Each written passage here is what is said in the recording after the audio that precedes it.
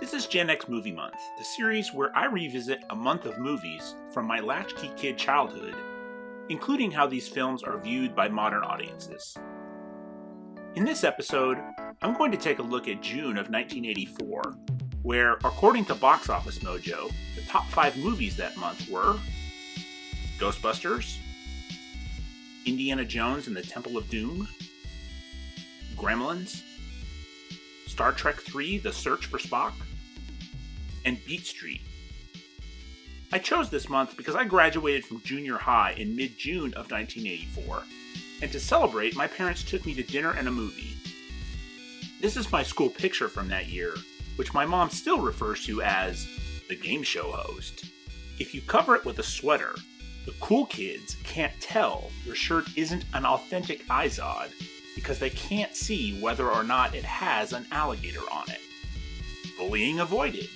I can't believe I ever had that much hair. Immediately following the ceremony at the high school football stadium, we drove a town over and had bad pizza at what used to be a Chuck E. Cheese, but had transformed itself into San Bernardino County's largest arcade, the O-Game Pizza Corral. This token from the nice folks over at Token Catalog, link in the description, is the only evidence I could find that this place ever existed, but it had at least one of just about every coin-op game at the time, and several Japanese imports that couldn't be found anywhere else within a reasonable bike ride of my house. The building that used to house the O-Game Pizza Corral is now a fitness club, but back then it shared a parking lot with the Montclair Plaza Cinema. It was there that we saw what at the time was the most expensive comedy ever made, Ghostbusters. Here's the Box Office Mojo table for the month, and I'm choosing to show more of an expanded list than just the top 5 because of how deep the roster of movies was that June. Looking back, I was surprised to see that Ghostbusters and Gremlins opened on the same day, June 8th. And not only did the third Star Trek open this month, so did the Karate Kid. I hadn't remembered that at all.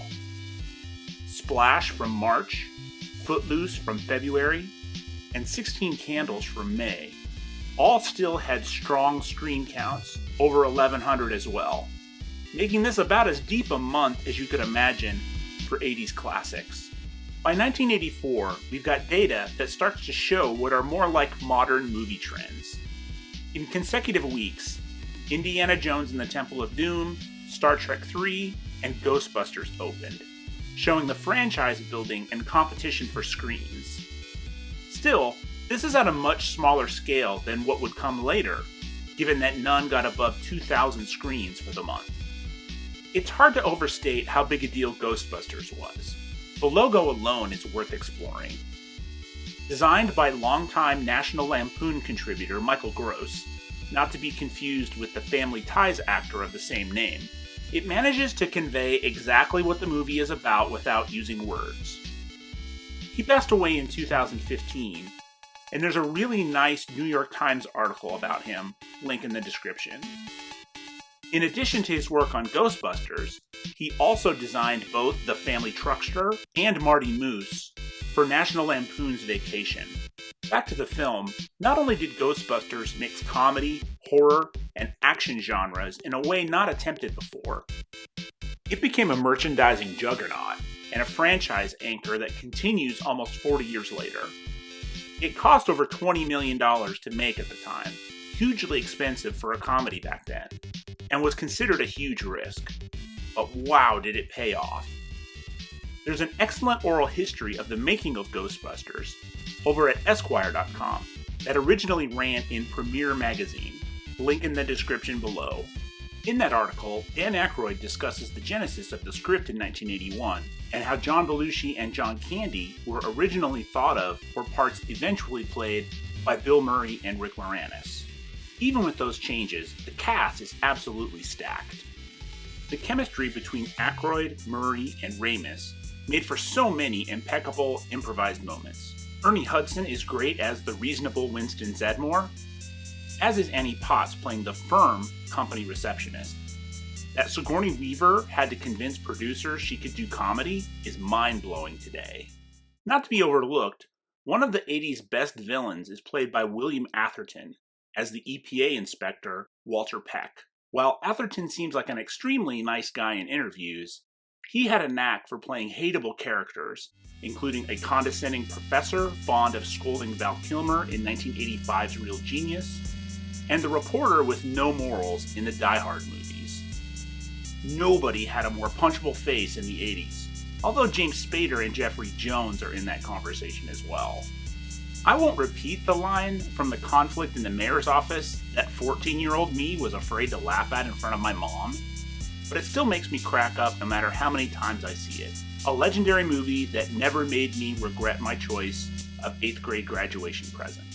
Indiana Jones and the Temple of Doom was simply not as good as the original.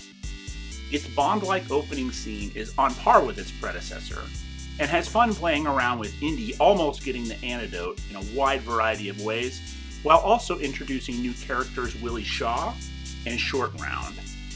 If you blink, you might miss Dan Ackroyd cameo. But come on, man, it pretty quickly turns to gross outs like the chilled monkey brains and the infamous beating heart scene that necessitated the creation of the PG-13 rating. The minecart chase scene is pretty amazing though, but the plot just isn't as solid and is a lot more cruel than the original. The sequence where Indy reaches for his gun so he doesn't have to have the big sword fight, only to find it's not there, is the highlight for me. That's a callback to a similar moment in the first film that Harrison Ford improvised after getting tired of shooting that scene over and over again. But Spielberg liked it so much he kept it in. Not Harrison Ford's best improvised moment though, you know? I know. I saw Indiana Jones and the Temple of Doom with my childhood best friend, and that was during the years where we did everything together. I was always the tallest kid in our grade, and he was always the shortest. We'd later be in each other's weddings, and he recently reminded me of something that happened that day we saw this movie together. We go up to the ticket counter, and you go first, and you purchase the ticket, and obviously you had to pay the adult price. Well, so so we're 14, right? So yes, we're 14 years old. When we were 14 years old, I was 6'4". Yeah, I was going to say, you're 6'4", and I might have been 5 feet tall. Maybe. Yeah. There's a picture of us tall as my mom. I might have been 5'2". There's a picture of us that I have of us at like age 11 where it looks like you're sitting down, but you're not. Right. Yeah. I'm glad I made 5'10". Yes. Let's just put it that way. And my sons are 6 feet and 6'1". So there you go. So it all worked out for you. So yeah. I go first.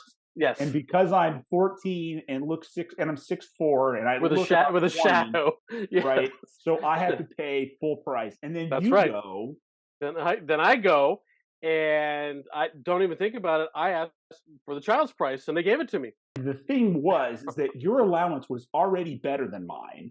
I had to spend all that week's allowance just on the ticket price. So you had candy money that I didn't. and every time the story comes up, you get mad. I do, every time. This will sound like GenX sacrilege, but I was not as into Gremlins as other people were, and I did not see it upon its initial theatrical release. It was a staple of VHS nights with friends all through high school, though. A young Chris Columbus, who would go on to direct huge films like Mrs. Doubtfire and the first Harry Potter, wrote this one, and it was produced by Amblin Entertainment, creating a situation where Spielberg was competing with himself in this month. Star Trek III continued the strange pattern of odd-numbered entries in the series being not as good as their even-numbered counterparts. This is the first installment in the film series that features the crew battling with Klingons, and Christopher Lloyd is great as their leader. Overall, though, this one is uneven despite, spoiler alert, the emotional destruction of the Enterprise, and is not helped by the prolonged absence of director Leonard Nimoy in front of the camera as Spock. While I still have not seen Beat Street, it's safe to say that it was the second most popular breakdancing movie of 1984, which is a super weird thing to say out loud in 2023. While the plot of the more successful Break-In is objectively terrible, the dance sequences is what you come to this for, and they were mid-80s awesome. Plus, it spawned the best sequel name ever that kind of became a meme before memes were a thing. Breakin' 2, Electric Boogaloo. Of these top 5 movies for the month, Ghostbusters has the best modern-day Rotten Tomatoes rating at 93% for critics and 88% of fans. It boasts the best Letterboxd rating as well at 3.8 stars. As I mentioned, I'm not a Gremlins guy, but a lot of people were, and it's the next best rated film for June 1984, with 86% of Rotten Tomatoes critics approving to go along with 78% of fans. That Rotten Tomatoes fans liked Temple of Doom at 82%, better than Gremlins, seems to be a franchise bias to me. If you're choosing to watch Beat Street, you really like it with 83% fan support. If you're forced to watch it as a critic, though, not so much. Here's the Rotten Tomatoes one-liner review from 80s movie critic staple Gene Siskel. It says it was posted in 2014, but the line comes from his original 1984 review. And if you've never watched his iconic show with Roger Ebert, he was always the more snarky of the two. And here are some more recent Ghostbusters reviews from fans. When I rewatched it in prep for this video, there were a few times where Bill Murray's pursuit of Sigourney Weaver was a little aggressive by modern standards, and it made me wince a little. But the jokes mostly still hit, and I laughed a lot. I asked my late millennial nephew to watch Gremlins for me, and here's his Letterboxd review. It wouldn't have occurred to me to compare Gizmo to Grogu, but now that he's pointed it out, I can't unsee it. The music for this video was once again provided by my amazing brother-in-law. Much like the deep set of classics on the movie charts for June of 1984, this Billboard Top 10 is stacked, and he just couldn't decide on one song, so he strung together a medley of an incredible 4. You might have recognized Madonna's Borderline, Let's Hear It for the Boy by Denise Williams off the Footloose soundtrack, Duran Duran's The Reflex, and the top song in the US back then, Cyndi Lauper's Time After Time. You can find more from my brother-in-law on Spotify, where he's known as Fabric, and his style is much hipper than when he's making background music for me. What about you? What do you remember about these 5 films, or what it was like to go to the movies in June of 1984? Comment below. Follow me on Instagram for episode previews and lots of other nerdy stuff. And please support the channel by giving me a like and subscribe. That's it for this episode. Join me next time when I examine November of 1989, which saw the beginning of the Disney Renaissance with the release of The Little Mermaid. Thanks for watching.